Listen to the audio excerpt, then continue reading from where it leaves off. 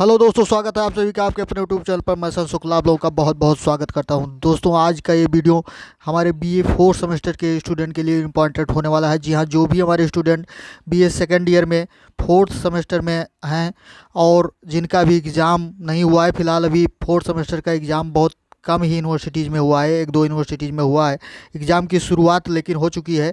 तो उनके लिए वीडियो बहुत ही महत्वपूर्ण होगा। और ये आपका एग्ज़ाम पेपर है कि किस तरह का आपका पेपर आया हुआ था, कौन से इंपॉर्टेंट क्वेश्चन आए हुए थे। इस वीडियो में आप ये देखेंगे कि कौन कौन से महत्वपूर्ण क्वेश्चन आपके पेपर में आए थे। इसी तरह का पेपर जो है वो आपकी परीक्षा में आने वाला है। तो जिनकी भी परीक्षाएं अभी तक नहीं हुई है वो फटाफट इस वीडियो को देख लीजिए, एंड तक जरूर देखिएगा। बहुत ही इंपॉर्टेंट क्वेश्चन इसमें इंक्लूड हैं जो आपके लिए बहुत ही महत्वपूर्ण हो सकते हैं आपकी परीक्षा के लिए। तो आइए शुरू करते हैं वीडियो को। और सबसे पहले जो भी हमारे स्टूडेंट, जो भी हमारे फ्रेंड्स अभी तक चैनल को सब्सक्राइब नहीं किए हैं, सब्सक्राइब करके बेल आइकन प्रेस कर दें ताकि वीडियो की नोटिफिकेशन जो है वो आपको मिलती रहे समय समय से। तो आइए शुरू करते हैं। सबसे पहले देखिए, यहाँ पर दिया गया है पेपर कोड। ऐसे ही आपके पेपर में भी दिया रहेगा, आप जानते ही हैं, चूँकि 2-3 सेमेस्टर का एग्ज़ाम आप दे चुके हैं। पेपर कोड आपका दिया गया है 4110-101। उसके बाद बीए, यहाँ सेकेंड ईयर की बात हो रही है। सेकेंड ईयर और सेमेस्टर आपका फोर्थ है, यानी फोर्थ सेमेस्टर आपका है। एग्जामिनेशन 2022-23 का एक पेपर हुआ है, मेजर सब्जेक्ट है ये। और उसके बाद देखते हैं आगे।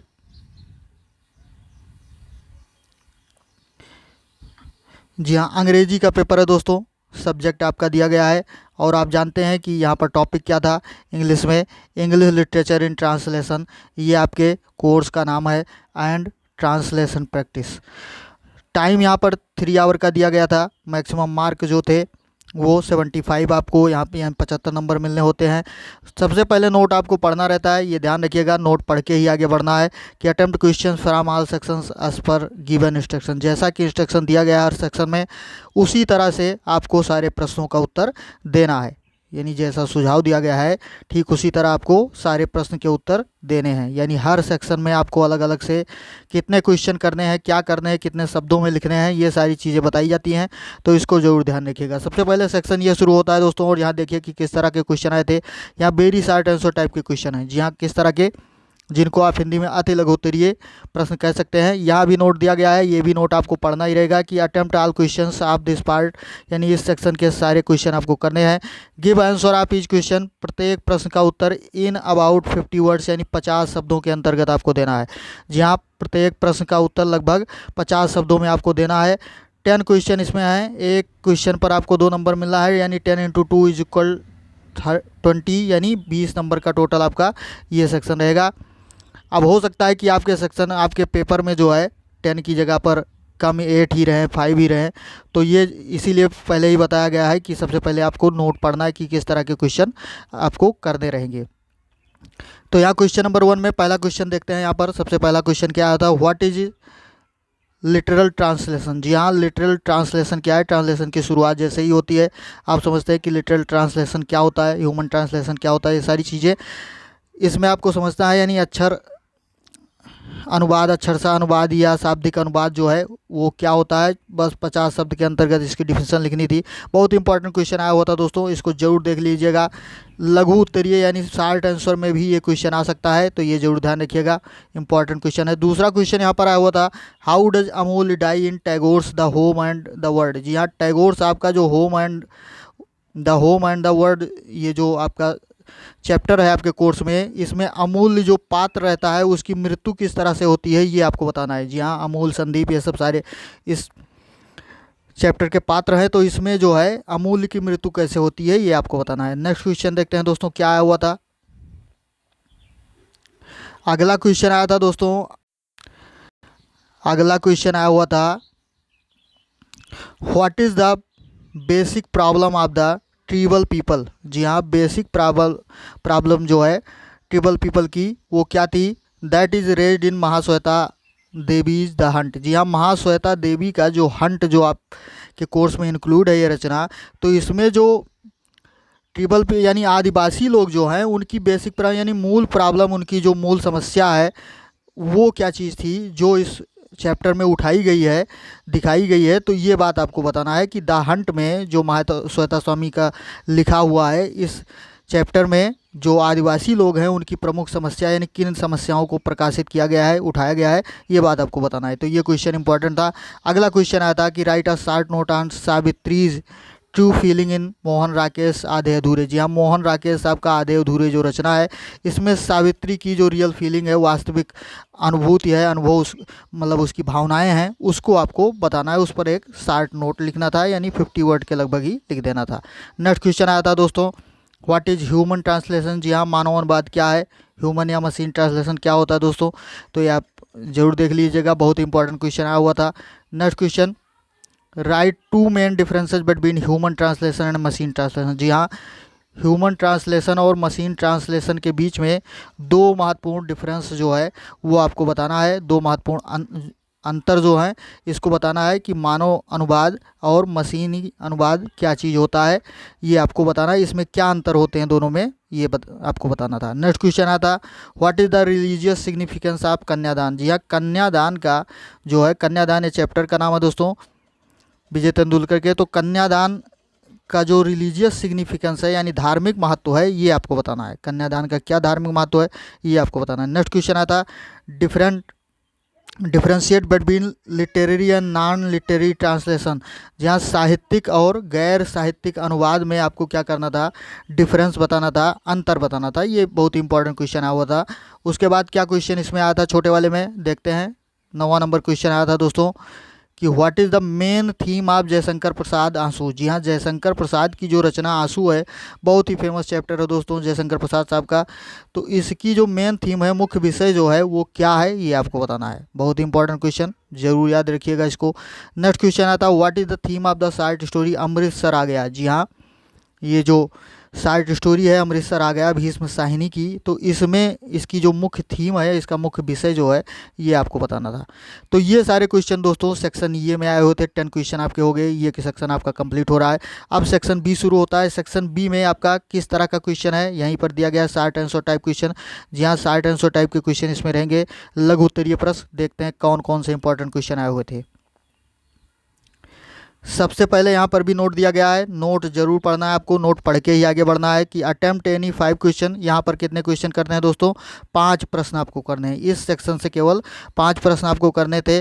Give answer of each question in about 200 words, यानी 200 शब्द के अंतर्गत इन प्रश्नों का उत्तर आपको देना है। यानी प्रत्येक प्रश्न का उत्तर आपको 200 शब्द के लगभग देना होता है।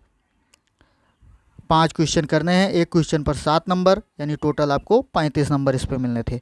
अब क्वेश्चन देखते हैं कौन कौन सा आया था। Justify the significance of the title Tagore's novel the home and the world. जहाँ टैगोर साहब का नॉवल जो है होम एंड द वर्ल्ड, इसके शीर्षक पर यानी टाइटल जो इसका है, इस पर क्या करना है आपको, इसको जस्टिफाई न्यायोचित समझा सिद्ध करना है। The significance of the title, यानी शीर्षक के महत्व को, यानी शीर्षक महत्वपूर्ण है इस नॉवेल का, उस उपन्यास का, the home and the world का, ये बात आपको बताना है। तो ये इंपॉर्टेंट क्वेश्चन आया था। उसके बाद आया हुआ था डिस्कस आंसू एंड एलजी। जी हाँ, आंसू जो है वो एक एलजी है, कहने का मतलब एक शोक गीत है, ये आपको बताना था। तो आंसू अगर आपने पढ़ा होगा तो आप देखे होंगे कि ये शोक गीत ही है, तो इस पर आपको डिस्कस करना है।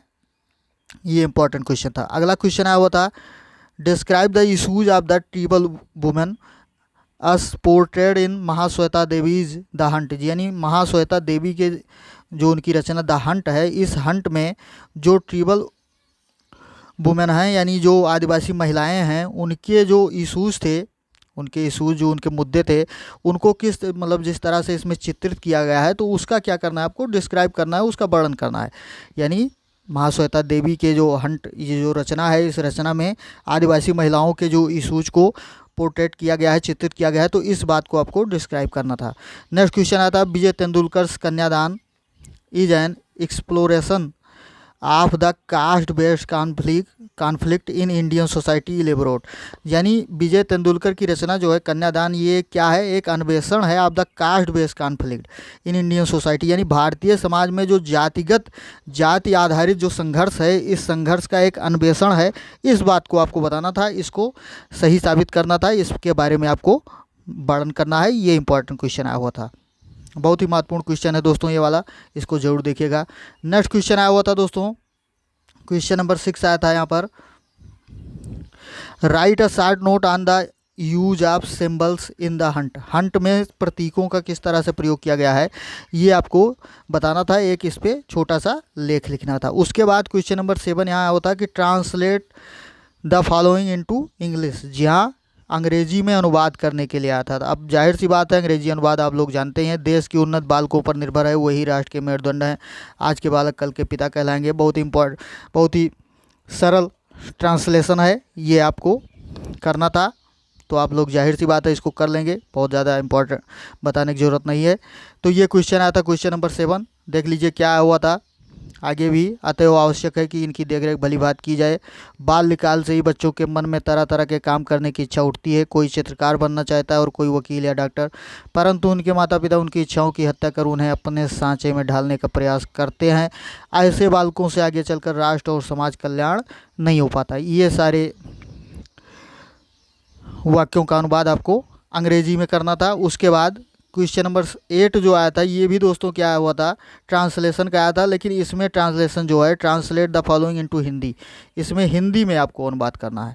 इसमें जो अनुवाद करना था वो हिंदी में करना था। इसी तरह से 2 क्वेश्चन आप में भी आएंगे, एक हिंदी में अनुवाद करने के लिए, एक अंग्रेजी में अनुवाद करने के लिए। तो यहाँ आया था Raina Petkoff is one of the central characters and the heroine of the play arm and the man. जी हाँ, आर्म्स एंड द मैन जो जॉर्ज बर्नार्ड साहब का प्ले है, उस प्ले की जो रैना पेटकाफ जो है वो सेंट्रल कैरेक्टर्स में से एक है, जो उसके प्रमुख पात्र हैं, केंद्रीय पात्र हैं, उनमें से एक है और नाटक की हीरोइन है। She is the daughter of Catherine and Major Petkoff, वो कैथरीन और मेजर पेटकाफ की पुत्री है। She is young lady of 23 years of age, वो 23 साल की युवा महिला है। यही सारी चीज़ें दोस्तों आसान है, आप आसानी से इसका ट्रांसलेशन कर सकते हैं, बहुत ही सरल आया हुआ था। आगे देख लीजिए, she is engaged to Sergius a major in Bulgarian army, she is regarded as an icon of beauty. She is not only beautiful in physical appearance but also possesses a beautiful loving heart. She does not have any kind of ill will for other characters. She is charming damsel. Bluntschli admires her beauty and expresses his love for her. यानी इसका आपको अनुवाद करना था हिंदी में। Important है दोस्तों, सरल भी है, आप सारे लोग कर सकते हैं। उसके बाद देखते हैं कि अगला इम्पोर्टेंट क्वेश्चन क्या आया हुआ था। क्वेश्चन नंबर 9 यहाँ पर देखते हैं कि क्या आया हुआ था दोस्तों इम्पोर्टेंट क्वेश्चन। ये शॉर्ट आंसर का ही क्वेश्चन है। Discuss Mohan Rakesh Adhe Adhure as a drama of family disintegration. जी हाँ, मोहन राकेश का जो आधे अधूरे जो ये रचना है, ये एक ड्रामा है, एक नाटक है, किस चीज़ का, फैमिली डिसइंटीग्रेशन, यानी पारिवारिक विघटन आप कह सकते हैं, पारिवारिक विघटन का एक नाटक है। तो इस पर आपको क्या करना था, इसको डिस्कस करना है, इसके बारे में बताना है, चर्चा करनी है। उसके बाद ये सेक्शन आपका कंप्लीट हो जाता है। सेक्शन सी स्टार्ट होता है। सेक्शन सी में दोस्तों क्या है कि सेक्शन सी में लॉन्ग आंसर टाइप का क्वेश्चन है। अब इसमें भी नोट पढ़ लीजिए एक बार आप कि नोट आंसर इन 2 क्वेश्चन, केवल 2 प्रश्नों के उत्तर आपको लिखने हैं यहाँ पर। Give answer of each question in about 500 word, प्रत्येक प्रश्न का उत्तर कितने शब्दों में, 500 शब्दों में देना होता है इसमें दोस्तों। यानी ये लॉन्ग आंसर है, जिनमें से केवल एक क्वेश्चन पर आपको 10 नंबर, यानी दोनों पर 20 नंबर आपको मिलने हैं। 2 क्वेश्चन इस सेक्शन से आपको करने हैं, यानी लॉन्ग आंसर से। अब देखते हैं कि कौन से इंपॉर्टेंट क्वेश्चन आए हुए थे। कि पहला क्वेश्चन यहाँ लॉन्ग आंसर में आया था कि how does the story Amritsar Aa Gaya present the communal feeling and tension at the time of partition of India. यानी अमृतसर आ गया जो ये आपकी स्टोरी है, कहानी है, ये किस तरह से प्रस्तुत करती है कम्युनल फीलिंग, यानी सांप्रदायिक अनुभूति जो है, और एंड टेंशन और तनाव को किस तरह से प्रेजेंट करती है eight the time of partition of India, यानी भारत के बंटवारे के समय जो है ये नाटक जो ये आपका मतलब स्टोरी जो कहानी है अमृतसर आ गया, ये किस तरह से सांप्रदायिक अनुभूति और तनाव को प्रस्तुत करती है, ये बात आपको बताना था। इंपॉर्टेंट क्वेश्चन है दोस्तों, जरूर देखिएगा। नेक्स्ट क्वेश्चन आया था attempt a critical appreciation of the poem आंसू। जी हाँ, आंसू का जो है आलोचनात्मक प्रशंसा आपको करनी थी। इंपॉर्टेंट क्वेश्चन है दोस्तों। उसके बाद अगला क्वेश्चन इसी में आया हुआ था लॉन्ग आंसर में कि discuss Rabindranath Tagore as an Indian English writer. जी हाँ, रविन्द्रनाथ टैगोर साहब भारतीय अंग्रेजी लेखक हैं, इस बात की आपको चर्चा करनी थी। बहुत ही इंपॉर्टेंट क्वेश्चन आया था। क्वेश्चन नंबर 13 दोस्तों आया हुआ था यहाँ पर, देख लीजिए। और लास्ट क्वेश्चन इस पेपर का, इज आधे अधूरे यानी हाफ बे हाउस जो है primarily about a search for meaning and identity. प्राथमिक रूप से ये जो आधे अधूरे जो ये रचना है ये क्या है, search for meaning and identity यानी अर्थ और पहचान की खोज है। गिव अ रीजनेबल आंसर यानी एक तार्किक क्या है उत्तर दीजिए। तो ये इंपॉर्टेंट क्वेश्चन दोस्तों आए हुए थे। वीडियो अच्छा लगा हो, जानकारी अच्छी लगी हो तो वीडियो को लाइक ज़रूर करें, दोस्तों में शेयर करें, कमेंट बॉक्स में अपने विचार ज़रूर टाइप करें। मिलते हैं अगले वीडियो में। धन्यवाद। जय हिंद।